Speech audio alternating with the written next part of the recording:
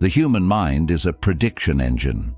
It is a magnificent, complex, and endlessly resourceful organ that has evolved to take in the chaotic, overwhelming data of the world and impose order upon it. It builds models. It creates schemas.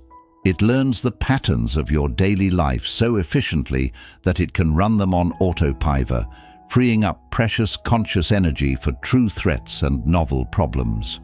You don't need to consciously think about the route to your kitchen, the weight of your coffee mug, or the predictable cadence of your co-worker's morning greeting. Your brain has already mapped it. It knows. And then something new enters the frame.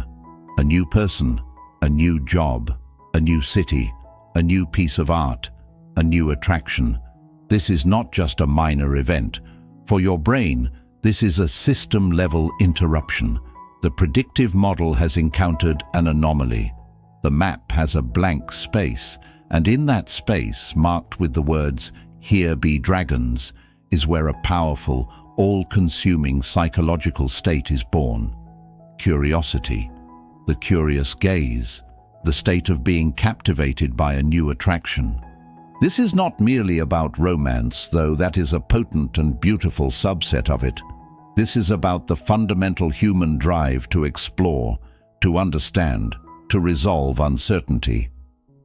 When we are drawn to a new attraction, be it a person, a place, or an idea, we are embarking on a profound psychological journey.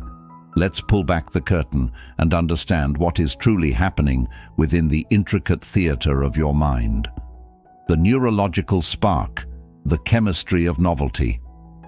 The moment your senses register something new and appealing, a cascade of neurochemical events is triggered. This isn't a gentle ripple, it's a flash flood. First, the dopamine system lights up like a pinball machine. Dopamine is not, as commonly misunderstood, simply the pleasure chemical. It is more accurately the reward-seeking or anticipation chemical. It is the engine of motivation. When you encounter a novel stimulus that your brain deems potentially rewarding, the ventral tegmental area, VTA of your brain, sends dopamine firing along pathways to key regions like the nucleus accumbens and the prefrontal cortex. What does this feel like? It's that jolt of alertness, that heightened focus, that feeling of, "Ooh, what's this?" Your attention narrows, and the world around the new attraction seems to fade into a soft blur. This dopamine surge makes you feel energized, optimistic, and intensely motivated to investigate further. It is the biological basis of the click, the spark, the instant and sometimes inexplicable pull you feel. Alongside dopamine, norepinephrine, also known as noradrenaline, enters the fray. This is the chemical of alertness and arousal. It increases your heart rate, sharpens your senses, and makes you feel more awake and alive. It's the reason your palms might get a little sweaty, your breath might catch slightly when you see that new person, or why you feel a thrill of excitement when walking into a new environment you're drawn to. This combination of dopamine-driven motivation and norepinephrine-driven arousal creates a state of hypervigilance focused solely on the object of your attraction. But there's a third, more subtle player in this initial phase, the opioid system. When the initial investigation proves rewarding, a smile is returned, a new idea clicks into place. The new environment feels welcoming. Your brain releases its own natural opioids, like endorphins. These provide a sense of bliss, contentment, and mild euphoria. They are the reward that the dopamine was seeking. This positive reinforcement tells your brain, this was a good investment of attention, do it again. So the initial curious gaze is a potent chemical cocktail, the driving force of dopamine, the exhilarating jolt of norepinephrine, and the warm, rewarding glow of endogenous opioids. It's a state your brain actively seeks because, from an evolutionary standpoint, investigating new, safe, and potentially rewarding things, new food sources, new allies, new territories was key to survival and prosperity. The cognitive shift, the deconstruction of reality. With your neurochemistry now fully engaged, a remarkable shift occurs in your conscious cognition. Your perception of the world, and particularly of the new attraction, becomes fundamentally altered. The most significant change is the suspension of critical judgment. Your brain, in its quest to build a new model, temporarily dials down the activity of the critical prefrontal cortex. This is the part of your brain that normally looks for flaws, assesses risk, and makes logical deductions. When you are captivated by a new person, for instance, you are less likely to notice the small, off-putting habits or the minor inconsistencies in their stories that you would instantly spot in a friend or a long-term partner. You are not being foolish or naive. You are operating in a different cognitive mode. Your brain is in data acquisition mode, not data analysis mode. It is gathering raw material, withholding final judgment to allow the new schema to form without premature bias. This is closely linked to a phenomenon known as the halo effect. Once we perceive one positive trait in a person, their physical beauty, their intelligence, their confidence, we tend to let that positive impression spill over and color our perception of their other unknown traits. We assume they are also kind, funny, and interesting. Our brain, abhorring a vacuum, fills in the blank spaces with positive assumptions, making the object of attraction even more appealing and perfect in our minds. This is why the new attraction can seem so flawless, so uniquely suited to us. Furthermore, your entire perceptual system becomes a dedicated information-gathering tool for this one subject. This is called selective attention. You will find yourself noticing tiny, seemingly insignificant details, the way they pronounce a certain word, the specific brand of pen they use, the song that was playing when you first met. Your brain is cataloging everything, building the database from which the new person schema or place schema will be constructed. You become an archaeologist of the present, carefully brushing the dust off every new artifact, trying to understand the whole from these tantalizing fragments. This cognitive shift creates a unique and transient state of consciousness. It is a state of openness, wonder, and optimistic bias. It is the psychological soil in which infatuation and deep curiosity can grow. The projection engine, filling the blank canvas. Here is where the process moves from pure observation to active creation. The new attraction is, by definition, an unknown entity, and the human mind cannot tolerate the unknown for long. So, it begins to project. You are not falling for the person as they truly, completely are. That is impossible, as you have only fragments of information. You are, in large part, falling for the potential you see in them. You are falling for the story you are writing onto the blank canvas of their unknown self. This is driven by your ideal self and your attachment history. Your ideal self is the person you wish to become. When you meet someone new who possesses qualities you admire, whether it's their adventurous spirit, their calm intellect, or their creative passion, you don't just admire them. You subconsciously begin to believe that by being close to them, you can absorb those qualities, or at least actualize that version of yourself. The attraction is as much about your own aspirational self as it is about them.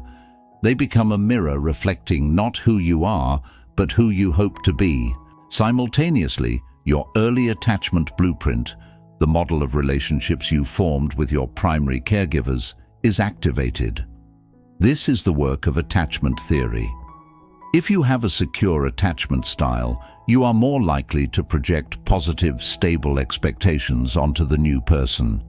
If you have an anxious style, you may project a fear of abandonment and become hypervigilant for signs of rejection.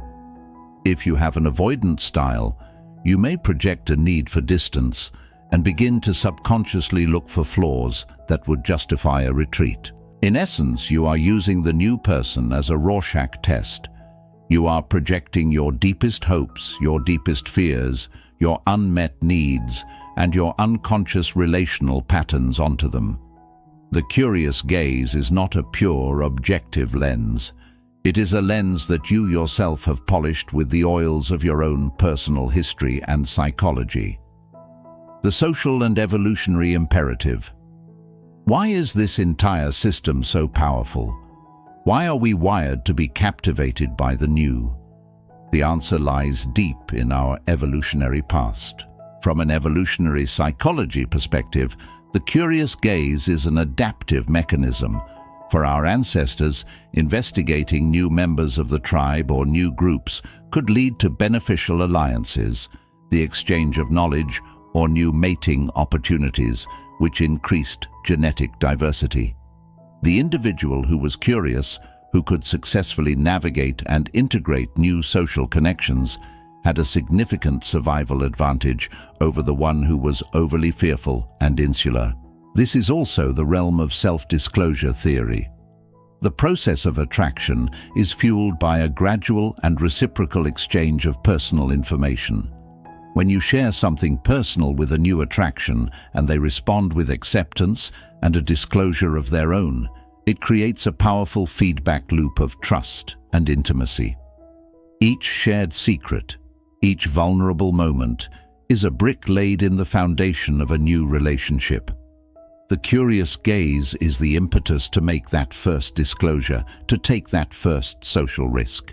Furthermore, a new attraction serves as a powerful source of novelty and arousal, which can be mistakenly interpreted as deeper connection. This is the classic bridge study effect, where individuals who met on a shaky, anxiety-inducing bridge were more likely to report attraction to the other person than those who met on a stable bridge. They misattributed the physiological arousal of fear for the arousal of attraction. Any new, exciting situation with a person can create this same cocktail, making the person seem more attractive simply by association with an aroused state. The inevitable shift. When the gaze softens. This state of captivated curiosity cannot last forever. It is, by its very nature, a temporary and transitional phase. The brain cannot remain in a state of high alert and data acquisition indefinitely. It is metabolically expensive and unsustainable. The shift begins when the brain has gathered enough data to build a working model. The new attraction is no longer new. They have become a known entity. The schema is built.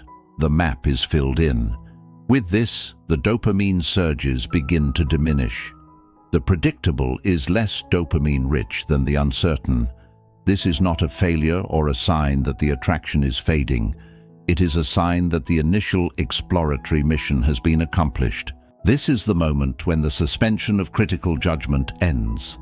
The prefrontal cortex comes back online, full force. And now, you begin to see the person or the place more wholly and realistically. You notice the flaws, the quirks, the ways in which they do not perfectly align with the projection you had cast upon them. This can be a period of disillusionment, but it is a necessary and healthy one. It is the transition from infatuation to genuine love, from curiosity to deep understanding. The curious gaze softens. The intense, narrow-beam focus widens to a broader, more stable light. The relationship is no longer built on the thrilling potential of the unknown, but on the solid, tested ground of the known. The work of true intimacy begins here, the work of accepting the real person, with all their complexities and imperfections, not the idealized projection.